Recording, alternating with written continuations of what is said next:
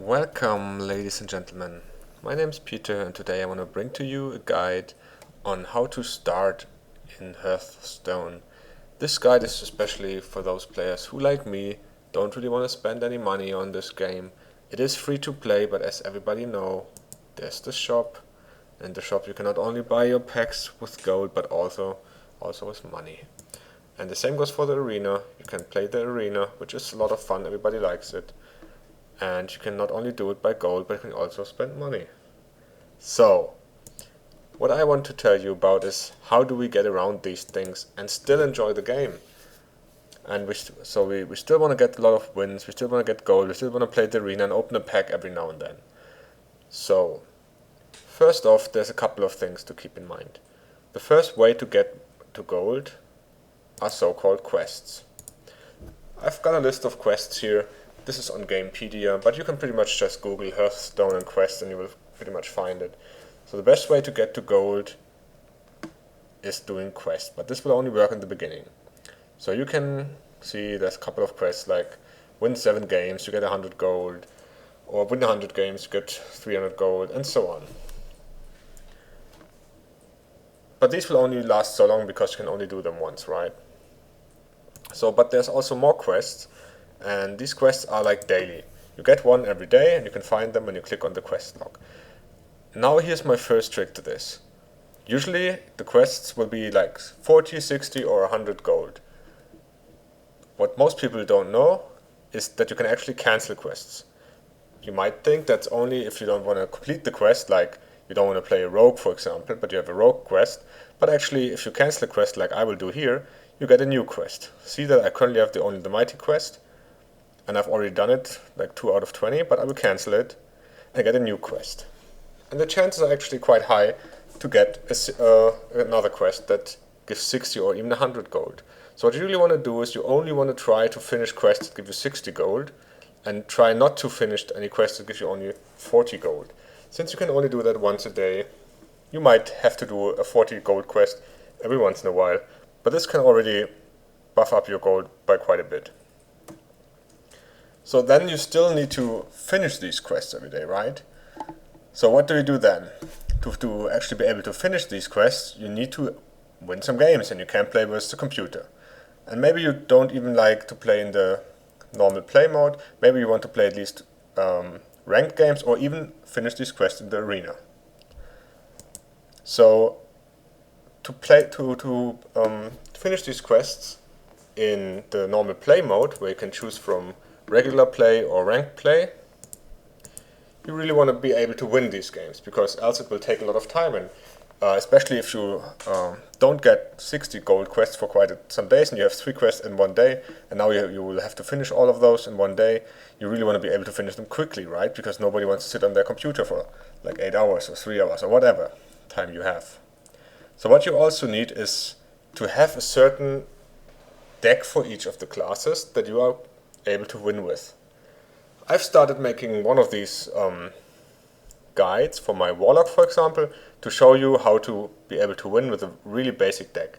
But again, there's a lot of sites out there, just try googling them, go to Hearthstone or whatever they are called, and get some basic deck ideas, and you should be able to win with those. Just with the basic cards, pretty much everybody should be able to get something going there and be able to get some wins, be able to finish the quest without having to play like 20 games to get the 3 wins. So these are the first couple of things. Actually, the biggest place where you can get gold is the arena. If you're able to consistently make a lot of wins in the arena, it can be worthwhile quite well for you.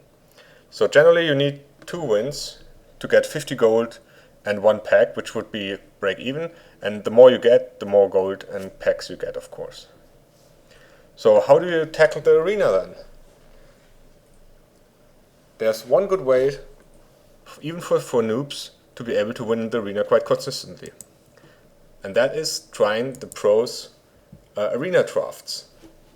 For example, there's a very good spreadsheet out there. It's Anti-Gravity's arena draft. Thanks for shoutouts to Anti-Gravity in this point of time. for providing this. It's really great work and I really like it. It's not perfect, but it doesn't have to be. All these, there are many spreadsheets, but I like this one the best, so really try Googling it. Also support Anti-Gravity if you can. Watch his stream, he's really a great player. So what this basically does, you just pick your class, like the Druid, the Hunter, the Mage, whatever you like, and you just pick whatever 3 cards you have. They will usually be 3 commons, 3 rares, 3 epics, and so on. Then you just pick the card that's highest in the ranking. Also, of course, considering a little bit like your mana core curve, or maybe sometimes you have some synergies going which you really want to abuse. Maybe you have a mana worm, and then you have you can choose between 3 things, but you really want to take the spell maybe because of the mana worm, stuff like that. And just by getting these good picks will generally give you an edge over the average player. So I'm currently doing like 3, 4, 5 wins at least every run. And so I want to go through the drafting and just show you how to use this spreadsheet. It was really great. I will just start an arena run for this, and I will also record the games, I guess, and upload those in another video.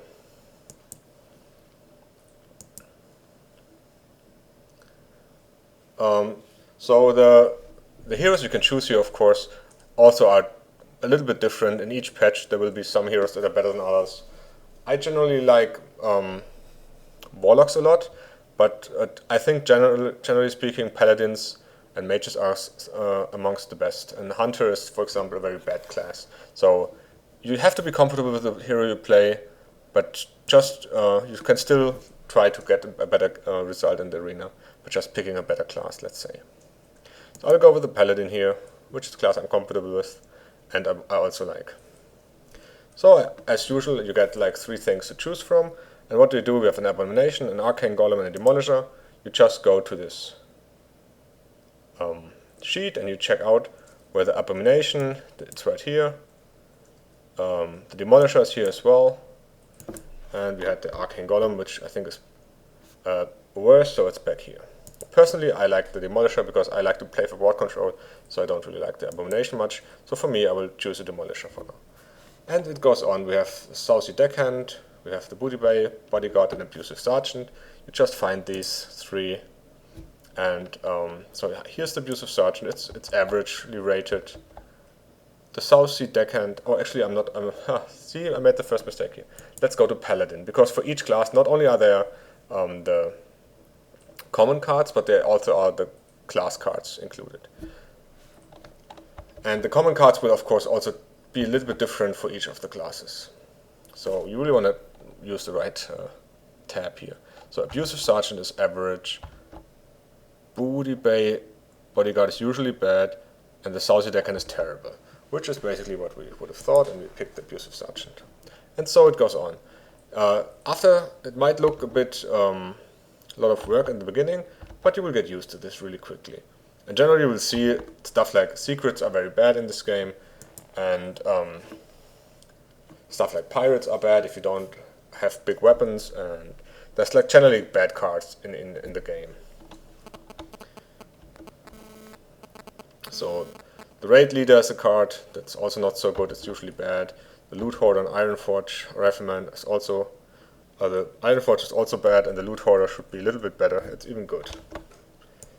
So after a while you start to get to know your cards and will be able to do this more quickly and not tap through these every time.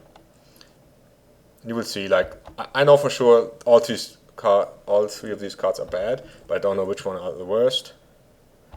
But I think generally, since I don't have any spells as a paladin, the mage will probably not be it, and the Iron Fur Crystal is close to not making it. So Repentance would be one choice, but secrets are usually like the worst, so we don't even take that one. The only secret I personally like is Noble Sacrifice, but let's just go with the chart for now and see what's going on.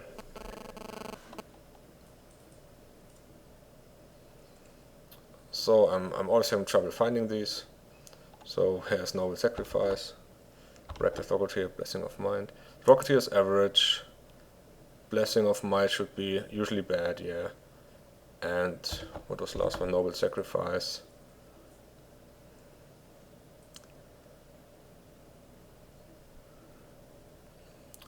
Right here, average.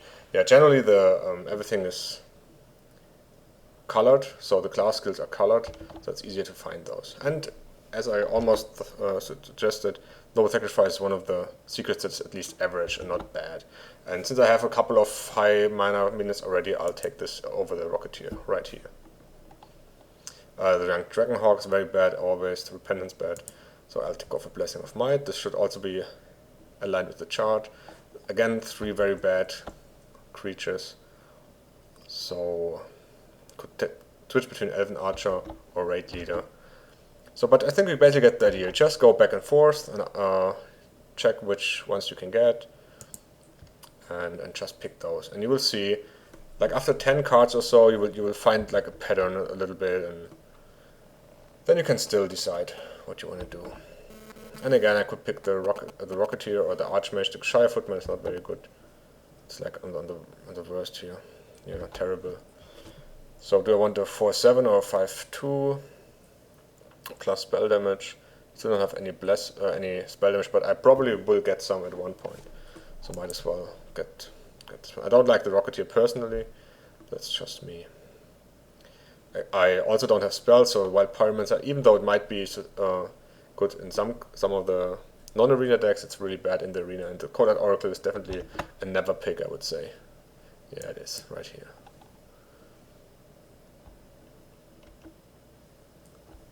So I'm going with another Demolisher. Now I have 2 of those already, which is not what I like. And here, right now, it's going to be used for Brewmaster, being a little better than the Novice Engineer, which is going to be nerfed next patch, as you might know already. I think for this it will be the Acolyte of Pain, actually. It should be above average. Yeah, the Saucy Deckhand is bad, and Secrets are always bad, we know that.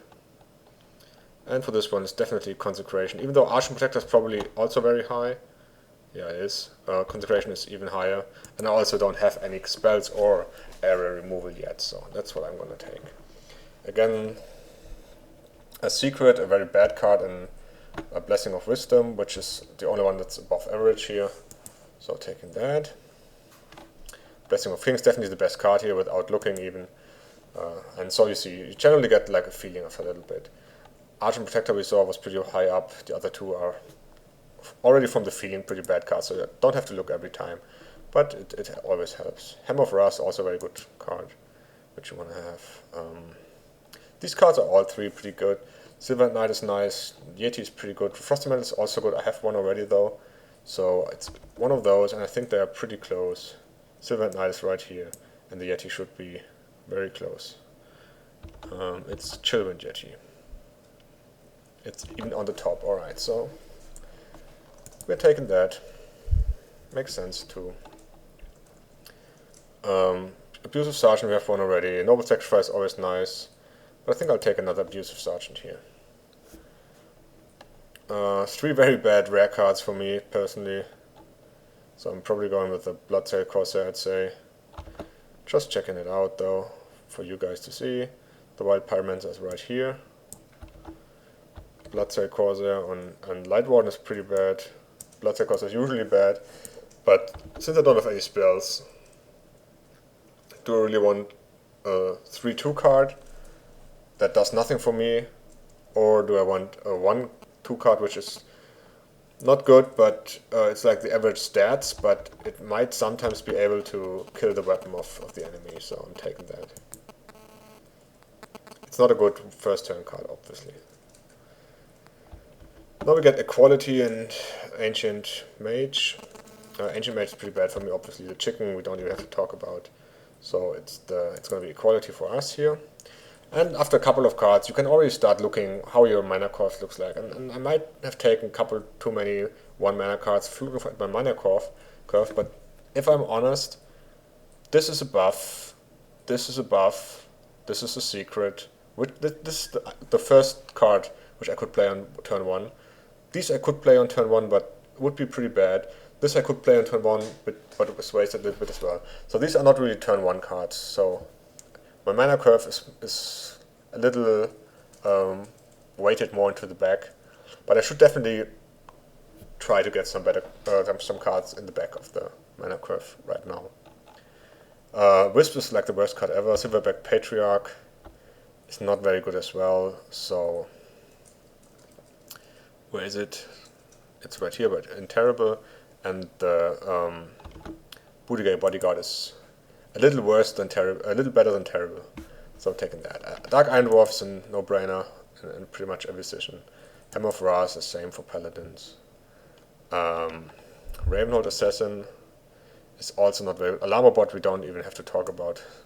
It's way back there.